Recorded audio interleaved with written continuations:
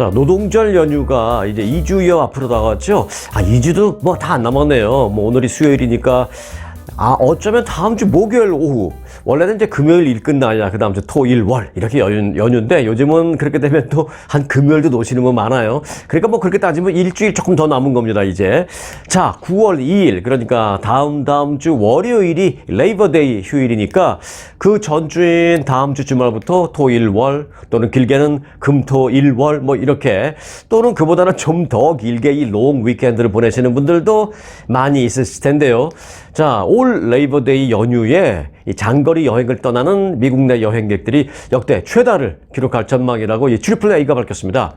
자, 트리플 A는 올해 노동절 연휴에 여행객이 작년에 비해서 9% 이상 증가할 것으로 예상했습니다. 9% 증가면 상당히 많은 겁니다. 보통 뭐 3% 뭐 요 정도 증가하는 경우는 있습니다만은 작년에 비해서 9%가 증가하는 것은 상당히 많은 것입니다. 그리고 뭐 작년도 이미 팬데믹을 끝난 후에 이미 상당히 증가한 여행객 숫자인데 그거에 비해서 또 정상적인 숫자에 비해서 9% 이상 증가한다는 것은 자, 이제 롱 위켄드를 맞아서 많이들 여행을 다니실 거다라는 그런 트렌드가 이미 형성된 것 같은데, 특히 이제 차량을 이용한 여행객들의 경우에 이제 상당히 이게 더 많이 늘어납니다. 비행기, 이건 공항 가는 게 너무 복잡해. 그리고 이제 3일, 4일, 뭐 길어야 5일 이 정도 가고 비행기 타고 가긴 좀 그러니까 자동차 여행객들이 이제 상당히 많이 늘어나는데, 올 레이버데이 연휴 시작이 이제 금요일 일 끝나고부터인데 사실상 교통은 언제가 제일 많이 막힐 것 같냐?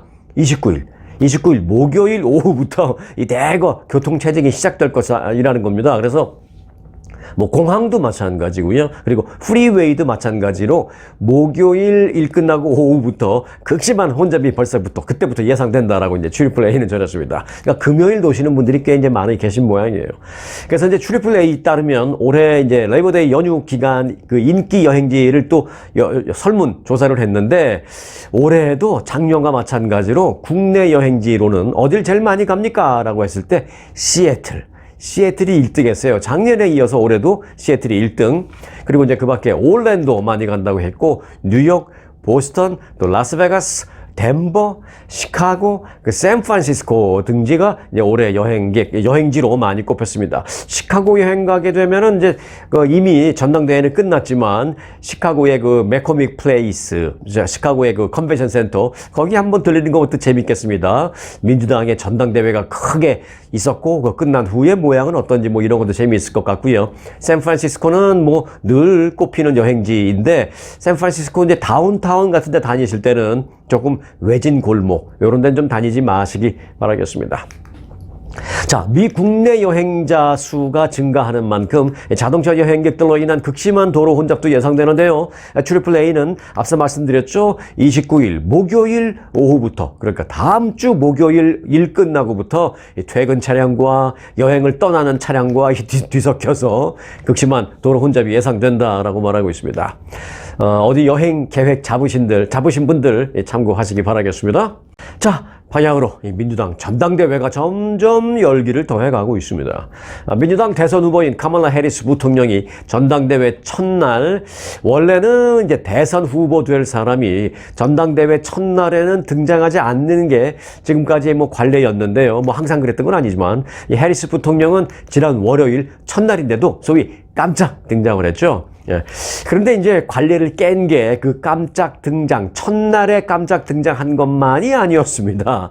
그가 그 깜짝 등장한 그 첫날 입고 나온 옷, 그의 복장도 사실은 관례를 좀 깼다라는 그런 평가를 받고 있습니다. 오늘 이제 비하인드 스토리를 좀 얘기를 좀 해드리려고 하는데요. 자, 해리스 부통령은 이날 그 깜짝 등장할 때, 뭐 한국말로 표현한다면 황갈색, 라이트한 브라운 컬러죠. 이 황갈색 정장을 입었습니다.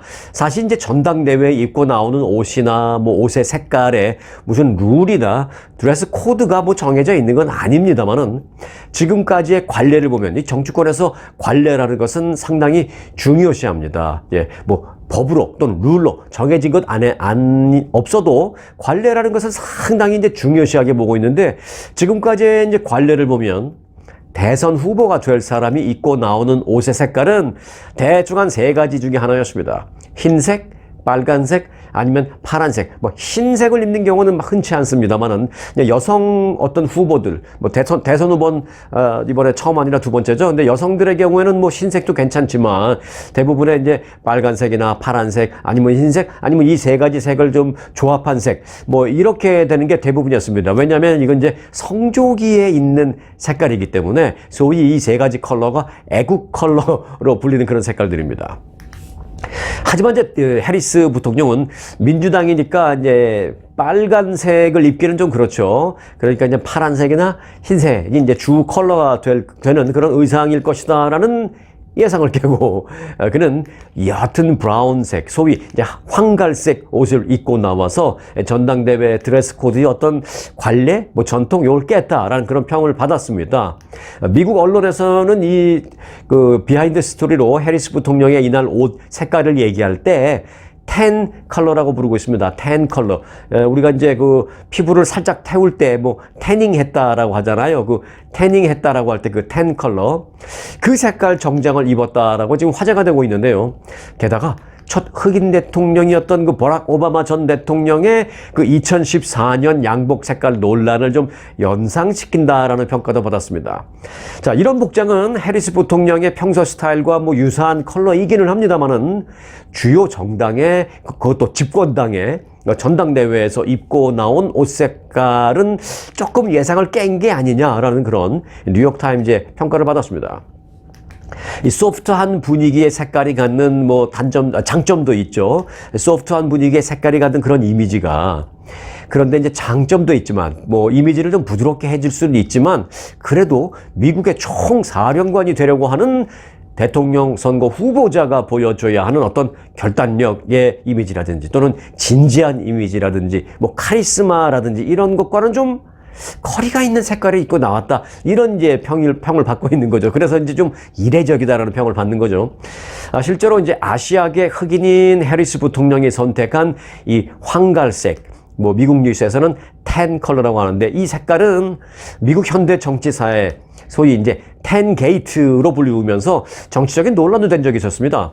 오바마 대통령이 지난 2014년 이라크 수니파 무장 세력 IS 대책과 관련해서 그 시리아 공습을 하는 문제 등을 주제로 기자회견을 한 적이 있었는데요. 10년 전에. 당시 입은 그 양복 색깔이 문제가 됐었던 적이 있었습니다. 당시 이제 오바마 대통령은 회갈색이라고 해야 하나요? 한국식으로 보면 회색과 갈색이 약간 중간색 뭐 이런 것을 입고 있었죠. 미국에서는 이 색깔도 라이트한 텐 컬러로 통칭을 하긴 하는데 이때도 약간 텐 컬러 계통이라고 이제 미국에서는 통칭을 했어요. 그래서 여하튼 이때 그 텐 컬러의 양복을 입은 것에 대해서 보수 진영에서 많이 비판을 했었습니다. 전쟁 상황에 대한 기자회견을 하는데 그런 심각한 주제에 어떤 심각한 분위기에 맞지 않는 옷 색깔이었다라고 공격하면서 대통령답지 않다라고 당시에 많이 비판을 했었고요. 실제로 근데 인터넷에서도 이 오바마 대통령의 당시 그 회갈색 양복 색깔 사진이 막 돌면서 논란이 되기도 했었습니다. 자, 이런 논란에도 불구하고 해리스 부통령이 그런 당시에 10년 전에 오바마 대통령과 관련된 논란을 전혀 모르지 않았을 터인데 이번에는 이제 회갈색은 아니지만 황갈색 그쪽 계통의 이제 텐 컬러 정장을 입고 나온 것을 두고 이제 여러 가지 해석이 나오고 있습니다. 여러 가지 해석이 있어요. 뭐 본인이 해리스 부통령 본인이 내가 왜 이 색깔의 옷을 입었는지를 말하진 않죠. 뭐 말하진 않고 뭐 민주당에서도 공식적으로 뭐 그런 이유를 말하진 않습니다. 하지만 여러 가지 문제 분석이 나오고 있는데 그 중에 가장 이제 대표적인 해석, 분석이랄까요? 뭐 이런 얘기가 있습니다. 색깔에 지나치게 집착하는 그 보수 진영에 대해서 교묘하게 조롱한 것이다. 라는 그런 해석, 그런 분석. 이게 현재로서는 제가 봤을 땐 가장 정답에 근접한 해석이라고 저는 그렇게 보고 있습니다. 왜 그렇게 지금까지 있었던 그 관례, 전통, 어떤 틀, 이런 것에 왜 이렇게 얽매입니까? 당신 보수 진영 당신들은 그런 어떤 메시지를 보내면서 살짝 관례나 틀을 좀 살짝 깨는, 뭐 그런 식으로 하면서 보수당을 살짝 좀 조롱하는 그런 선택이 아니었느냐, 이런 해석이 나오고 있는데, 저도 이 해석에 좀 무게를 두는 그런 편입니다. 좀 그 해석이 가장 근접한 것 같습니다. 자, 바야흐로 이번 대선은 색깔로도 승부를 벌이고 있는 그런 대선이 되고 있습니다. 그런데요, 색깔만이 아닙니다. 음악도 치열한 승부의 지금 한가운데에 있습니다. 해리스 부통령과 트럼프 전 대통령이 유세 무대에 등장할 때 사용되는 그 음악, 노래, 이것도 상당히 대비가 돼서 지금 관심을 받고 있습니다. 트럼프 전 대통령은 지난달 18일 공화당 전당대회에서 가수 리 그린우드가 자신의 노래인 God Bless the USA, God Bless the USA, 그러니까 신이여 미국을 축복하소서 뭐 이런 거죠. 그 노래, 리 그린우드라는 사람이 이제 자신의 노래예요. 이 노래를 지난번에 직접 무대에 올라서 막 부르는 가운데 트럼프 전 대통령은 그 전당대회 때 그렇게 등장하는 그런 모습을 보였습니다. 이 노래는 트럼프 전 대통령이 유세에서 등장할 때마다 자주 트는 대표적인 트럼프 전 대통령의 유세송입니다. 유세송. 반면에 해리슨 부통령은 비욘세의 노래, 비욘세는 어찌 요즘 젊은이들로 봤을 때는 옛날 사람이라고 생각할지 모르지만 그래도 한 15년, 20년 이렇게 되긴 했지만 그래도 7, 80대에게는 최신 가수로 비춰질 수 있습니다. 여하튼 그 해리스 부통령은 비욘세의 노래 Freedom, 자유라는 그 음악을 배경음악으로 많이 사용하고 있습니다. 그러니까 너무 요즘 최첨단, 너무 요즘 젊은 가수도 아니지만 그렇다고 아주 옛날 가수도 아닌 비욘세의 노래를 해리스 부통령은 많이 씁니다. 그리고 해리스 부통령은 그 외에도 여성 래퍼 메건 더 스텔리언이라는 여성 래퍼의 노래 마무시라는 음악도 많이 쓰고요. 또 인디 밴드 본 이베어라는 밴드가 부른 노래 The Battle Cry of Freedom이라는 노래가 있습니다. The Battle Cry of Freedom, The Battle Cry of Freedom. 이게 뭐냐면 자유의 함성 이렇게 번역할 수도 있겠죠. 그 노래를 많이 사용하고 있는데 이 The Battle Cry of Freedom이라는 노래는요, 그 남북 전쟁 당시 연방군, 즉 이제 북군이 부른 군가인데 그 가사에 반역자를 처벌하라라는 그런 내용 등이 담겨 있습니다. 아주 어찌 보면 좀 공격적인 그런 음악이다라는 생각이 들기도 하는데요. 어떤 면에서는 그 반역자를 처벌하라. 이게 무슨 뜻일까? 왜 이런 가사가 들어있는 음악을 해리스 부통령은 사용할까? 그런 생각을 하게 되면 살짝 떠오르는 그 사람이 있긴 있죠. 네. 결론은 생각은 여러분들의 자유입니다. 해리스 부통령이 왜 이걸 선택했을까? 자, 여하튼 이제 좀 큰 틀에서 두 사람의 음악을 비교를 해보면 78세인 트럼프 전 대통령은 그 애국적이고 자신감을 강조하는 좀 오래된 노래, 이런 걸 이제 사용하고 있고요. 그와는 달리 올해 59살인 해리스 부통령은 젊은 사람들 사이에서 이제 많이 유행하는 비교적 너무 최신 노래는 아니지만 그렇다고 너무 오래되지는 않은 한 10년, 한 20년쯤 된 그런 정도의 좀 진취적인 그런 유행한 노래, 이런 것을 이제 주로 선곡하고 있다라고 볼 수가 있겠습니다. 자, 색깔, 음악, 또 입는 옷 등 모든 것이 다 이 승부를 위한 철저히 계산된 전략이다라는 그런 생각입니다.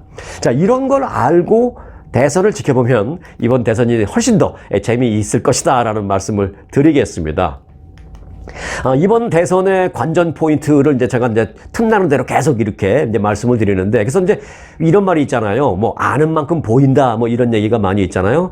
관광지 가서도 아는 만큼 보인다라는 얘기를 많이 하는데, 저는 늘 제가 하는 말 중에 이런 게 있습니다. 아는 만큼 재밌다. 네.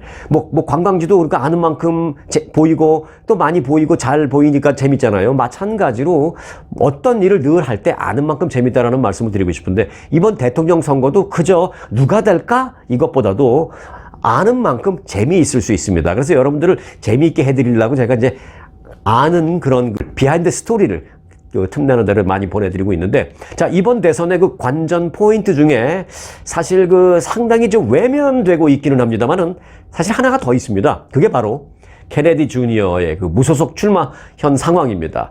흥미를 위해서 잠깐만 제가 소개를 해드린다면, 지금 제3의 후보로 출마한 무소속의 로버트 케네디 주니어가 독자 출마를 포기하고 트럼프 전 대통령 진영에 가세하는 방안을 그 옵션의 하나로 고려하고 있는 것으로 보이고 있습니다.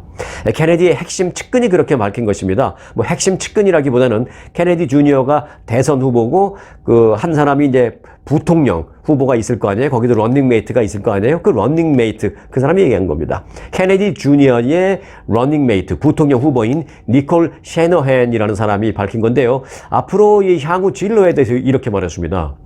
케네디 주니어 후보와 부통령 후보인 내가 함께 생각하는 두 개의 선택지가 지금 있습니다 라면서 말을 했는데, 한 선택지는 선거운동을 계속하면서 새로운 제3당을 창당하는 것인데, 그 경우에 우리는 트럼프의 표를 더 많이 끌어갈 것이기 때문에 민주당의 카멜라 해리스의 당선을 여러분들이 보게 될 수 있게 됩니다 라고 민주당이 아니라 공화당 쪽에 그렇게 말했습니다. 그러니까 이제 우리가 그러는 것은 여러분들의 불리할 겁니다, 이런 얘기죠.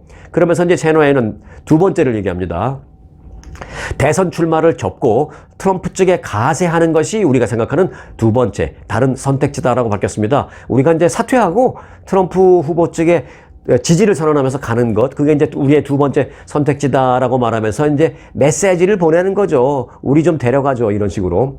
원래는 이제 민주당 소속이었습니다만은 민주당을 탈당한 뒤에 무소속으로 독자 후보로 출마를 선언한 이 케네디 주니어는 지금 민주당 쪽이 아니라 트럼프 쪽에 오히려 더 강한 메시지를 보내고 있습니다.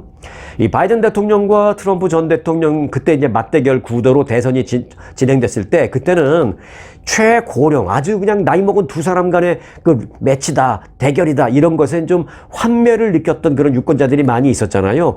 그때는 그 상황에서는 표심을 좀 흡수하는 상황이 있었습니다, 로버트 케네디 주니어가. 그래서 그 당시에는 나름대로 10%가 살짝 넘는, 제 기억으로는 11%가 아마 최고로 많은 지지율 획득이었을 거예요. 한 11%가 되는 그런 지지율을 보이는 등 대선의 어떤 나름대로의 중대 변수로 부상을 한 적이 있었습니다. 그런데 이 바이든 대통령이 사퇴를 한 이후에 선거판이 이제 해리스 대 트럼프 구도로 바뀌자 지금은 이제 존재감이 없어진 겁니다. 존재감이 많이 떨어진 상태가 돼버렸습니다. 특히 이제 최근 케네디 주니어가 뉴욕주에 그 후보 등록을 할 때 친구 주소를 빌려서 허위 주소 사용을 한 것이 불거지면서 뉴욕주 후보 등록은 무효 판결을 받았습니다. 이런 일을 겪으면서 케네디 주니어 후보가 이제 존재감이 오히려 점점 더 없어지는 그런 상황이 돼버리고 말았습니다. 지금 지지율은 한 5% 될까요? 네. 한동안 지지율이 10% 정도 됐지만 지금은 5%, 4% 정도밖에 되지 않는데, 그러자 이제 이렇게 어느 쪽이라도 좀 붙어볼까 하는 좀 머리를 쓰는 그런 모양새를 보이고 있습니다. 최근에 그 케네디 주니어가 사실은 확인된 바는 아닙니다만은 어느 쪽에서도 공식적으로 확인하지는 않고 있습니다만은 민주당 해리스 부통령 측에 접촉을 해서 해리스 부통령이 이번에 당선이 되면 나를 장관 자리 하나 주는 것, 그걸 약속을 받고 보장받는 조건으로 자신이 출마를 접고 민주당 해리스 지지 선언을 하겠다라는 제안을 했었지만 해리스 부통령에게 일부에 거절당한 것으로 알려지기도 했습니다. 이 사실은 워싱턴 포스트에 보도가 되긴 했습니다만은 그 해리스 캠프 측은 사실이다, 아니다, 맞다, 안 맞다, 사실 확인을 안 해주고 있고요. 그저 그냥 노코멘트로 하고 있는 그런 상황인데, 케네디 주니어는 또 그 전에는요, 트럼프 캠프 쪽에 접촉을 해서 똑같은 제안을 한 것으로 알려졌습니다. 그런데 이제 이 내용은 트럼프 캠프 측은 사실 확인을 해준 부분입니다. 맞습니다. 케네디 주니어가 우리한테 컨택해서 장관 자리 같은 거 하나 준다는 약속을 해주면 내가 사퇴하고 트럼프 지지선언을 하겠습니다라고 접촉을 해왔는데, 그때 이제 어떻게 되느냐. 당시 그 문제와 관련해서 트럼프 전 대통령은 이 문제를 나름대로 그렇게 할까라고 상당히 진지하게 고민을 했었다라는 후문입니다. 그런데 이제 트럼프 측근 중에 여러 사람들이 아닙니다. 이거 잘 생각해야 됩니다. 그런 어떤 그 모종의 딜 자체가 위헌적일 수도 있고요. 또 실제로 위헌이 아니다 하더라도 트럼프가 대통령이 돼서 실제로 그에게 장관자를 줘야 하는 그런 상황이 만들어진다 하더라도 그에게 그런 자리를 주는 그것도 상당히 이제 문제입니다. 고민거리입니다. 그가 그런 자격도 안 되기 때문입니다. 문제가 될 겁니다. 그리고 나중에 또 이런 어떤 미략이 공개되는 경우에 대통령이 됐다 하더라도 여러 가지 법적인 여러 가지 문제가 될 수도 있습니다라고 하면서 트럼프 측근들이 여러 명이 반대를 해서 결국은 트럼프가 그 말을 받아들이면서 없던 일이 됐던 적이 있었습니다. 그런데 이제 이번에 또 계속 추파를 던지는 거죠. 이제는 로버트 케네디 주니어가 최측근을 통해서 사실상 그 트럼프 측에게 이제 공개 구원을 하고 있는 그런 모양새를 보이고 있습니다. 자, 비록 뭐 4%, 5%의 한 자릿수 지지율을 갖고 있지만 이 케네디 주니어 후보의 그 거취 문제도 사실은 좀 우리가 지켜봐야 할 나름대로 숨어 있는 관전 포인트 중에 하나로 생각하면 되겠습니다. 뭐 4%, 5% 지지율이 이 사람이 사퇴하고 누구한테 간다고 해서 그게 고스란히 그대로 가진 않습니다. 뭐 이 사람이 사퇴하고 트럼프 지지 선언한다고 그의 4%, 5%가 고스란히 트럼프에게 가진 않습니다. 분산됩니다. 당연히. 그렇기 때문에 뭐 여러 가지 공화민주 양당에서 계산을 해봐서 아유 그의 어떤 공개 구원을 안 받고 이제 그런 건데 그래도 분산된다고 하더라도 이제 1, 2%라도 사실은 중요하지 않은 것만 아닌 건 아닙니다. 그래서 나름 중요한데 그래서 이제 나름 변수가 될 수도 있는데 이 부분 과연 로버트 케네디 주니어 무소속 출마자가 최종적으로 거취가 어떻게 될지 이 부분도 우리가 좀 잘 지켜봐야 할 관전 포인트 중에 하나다라고 생각하시면 되겠습니다. 자, 캘리포니아주에 요즘 더워가지고 매일 에어컨을 틀고 살고 있는데요. 전기요금 폭탄을 지금 받고 있습니다. 캘리포니아에서 전기요금이 시간대별 사용요금제, 이거 Time of Use라고 하는데요. 시간대에 따라서 요금이 좀 다른 겁니다. 이게 뭐 낮 시간에는 더 비싸고 뭐 밤에는 좀 싸고 이런데 사실은 낮 시간에 비싼데 사실은 에어컨 낮에 틀잖아요. 근데 그 시간이 비싼 거예요. 그래서 이제 시간대별 사용요금제, 소위 TOU 요금제가 적용되는 사례가 늘면서 일반 가정집인데 월 $1,000에 달하는 전기요금 청구서를 받는 경우도 발생하고 있습니다. 실제로 저 같은 경우에도 지난달 600불이 넘는 요금서를 받아들고 정말 짜증난 적이 있는데 정말 짜증나더라고요. 근데 이게 보니까 여름철이 비싸고 낮에 비싸고 이런 요금제입니다. 그러니까 당연히 여름철 낮에 에어컨 틀지 뭐 겨울철 밤에 틉니까? 그게 아니잖아요. 그러니까 비싼 시간에 자꾸 에어컨이 트니까 이게 막 올라갑니다. 이 TOU 요금제는 시간대와 그리고 계절에 따라서 요율이 다르게 적용되는 그런 요금제인데요. 특히 여름철 오후 시간대 사용료가 가장 비쌉니다. 이에 대해서 이제 에디슨사는 뭐라고 말하냐면 지난 2021년 TOU 요금제 적용이 시행됐을 때 많은 고객들이 별도의 선택을 거의 인위적으로 하지 않는 한 이 TOU 요금제로 자동 전환이 됐다라고 밝히고 있습니다. 내가 뭐 안 했는데 그냥 그렇게 자동으로 바뀐 거예요. SCE 고객인 칼라 장 씨는 에디슨사가 이렇게 전기료를 많이 부과하게 될 줄은 나는 전혀 정말 몰랐다 하면서 사람들은 600불 넘는 요금서를 받는 게 뭐 대부분이고 일반 주택 가정에서 저 역시 마찬가지 그렇습니다 지금. 그래서 좀 짜증나는 사람 중에 한 명인데 심한 경우에는 일반 가정집인데 $1,000에 달하는 요금 청구서를 받고 있다라고 전했습니다. 또 세라 클리포드라는 사람은요 이번 달에만 자신의 집도 그냥 일반 가정집인데 $1,200에 달하는 청구서를 받아서 놀랐다 라고 말했습니다. 그런데 이제 심지어 이것이 할인된 요금이라고 비례는 그렇게 써 있었다는 겁니다. 아니 무슨 할인된 요금인데 일반 가정집에서 1,200불을 받아요. 그래서 이제 이 고객도 정말 짜증이 났다라고 이제 분노를 표출하고 있습니다.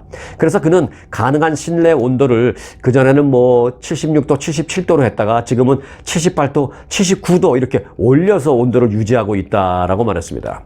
자, 이와 관련해서 에디슨사는 이렇게 말하고 있습니다. 에디슨사라는 게 이제 서던 캘리포니아 에디슨이라고 해서 남가주는 대부분 그 전력 회사를 사용하죠. 그 TOU 시간 요금제가 여름철에는 요금이 더 높을 수 있지만 전반적으로 본다면 연간 에너지 비용은 더 낮을 수 있다라고 말하고 있습니다.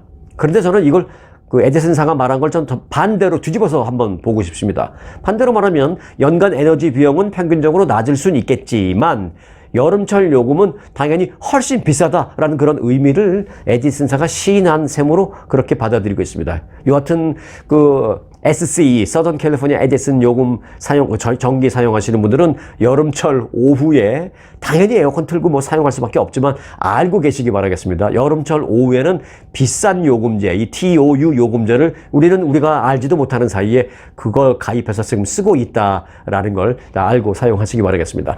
아마 뭐 캘리포니아주 아니고 다른 지역에서도 이런 시간제 요금제를 사용하시는 그런 전기 회사 가입자들이 많이 있을 것입니다. 한번 잘 살펴보시고 전기 좀 너무 폭탄 요금 받지 않도록 잘 주의하시기 바라겠습니다. 자, 한국에서는요, 보통 그 집주인과 세입자가 있으면 집주인이 갑, 세입자가 을, 뭐 이런 분위기가 만들어지죠. 뭐, 그래서는 안 되지만. 그런데 이제 최근 LA에서는 반대되는 현상이 조성되고 있습니다. LA의 그 아파트 공실률이 높아지면서 아파트 소유주들이 세입자 모시기에 나서고 있습니다. 이 아파트 소유주들은 두 달 렌트비를 안 받겠다.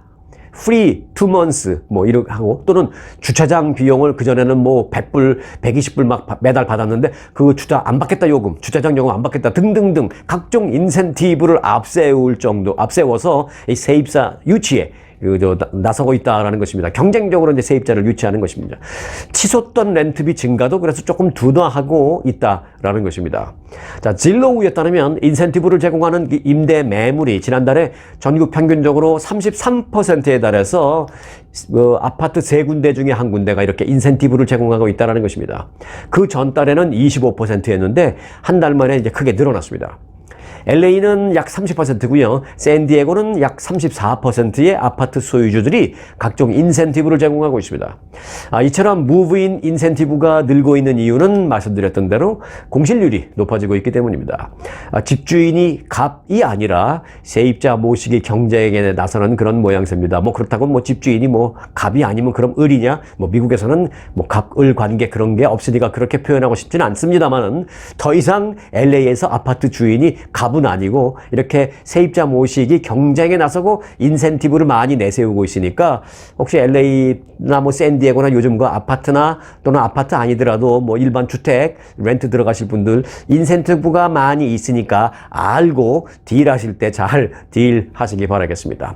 갑과 을이 바뀐 모양새의 LA 상황, 그리고 LA뿐만이 아닙니다. 일반 대도시가 요즘 많이 그렇습니다. 이제 대표적인 게 뭐 LA, 샌디에고 등등이 그렇다라는 말씀을 드렸습니다. 자, LA에 있는 한인이 운영하는 대형 보험사 중에 캘코 보험이라고 있습니다. 이 캘코 보험이 상당히 큰 그 보험사인데 한인이 운영하지만 상당히 꽤 규모가 있는 보험사입니다. 이 캘코 보험이 한인종합보험사라는 또 다른 보험회사를 인수했습니다. 이 캘코보험 진철희 대표는요, 한인종합보험회사를 합병 인수했다라고 발표를 했습니다. 이 캘코보험에 인수 합병된 한인종합보험이라는 회사는 이 머큐리 보험이라는 그 미국 그 대형 회사를 한인사회에 오래전에 처음 소개한 그런 회사로도 잘 알려져 있는 그런 보험 에이전시입니다. 이 캘코보험 회사 측은 이번 합병으로 자동차 보험 분야, 특별히 자동차 보험 분야를 강화하는 등 큰 시너지가 날 것으로 기대하고 있다라고 말했습니다. 최근 치솟는 자동차 보험료 굉장히 많이 올랐잖아요.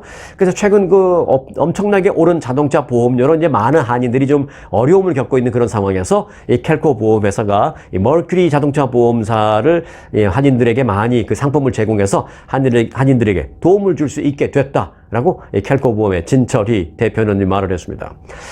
이번 인수합병으로 인해서 현재 그 65명인 캘코 보험의 에이전스 직원 수가 75명으로 늘어나게 됐다라고 합니다. 한인종합보험사, 이 회사 이름은 한인종합보험입니다. 한인종합보험 회사의 그 마이클 강 사장도요, 이번 인수합병이 되면서 자연스럽게 이 캘코 보험회사의 일원으로 합류하게 된다고 합니다. 자, 기업이 덩치가 커지면 독점의 우려가 있게 마련인데요. 이 캘코 보험은 이번 인수합병으로 오히려 독점의 폐해 이런 건 아니고 한인들에게 특히 이제 자동차 보험 부분에서 더 나은 상품을 제공하는 어떤 계기로 만들겠다라고 하니까 좀 기대감으로 지켜보겠습니다. 자, 오늘 영상 마칩니다. 대통령상 수상에 빛나는 초특급 아주 투어 모국 관광. 아주 모국 관광의 인기 비결은 전 일정 5성급 호텔의 럭셔리 숙박. 아주만의 27인승 VVIP 버스. 엄선된 맛집들이 선사하는 최고의 식사. 고객들의 표정이 증명하는 아주 단독 모국 관광은 그 누구도 따라할 수 없는 최고 인기 관광입니다. 건강검진도 모국 관광과 함께 하시면 훨씬 더 편리합니다. 모국 관광도 역시 아주 좋은 아주 투어.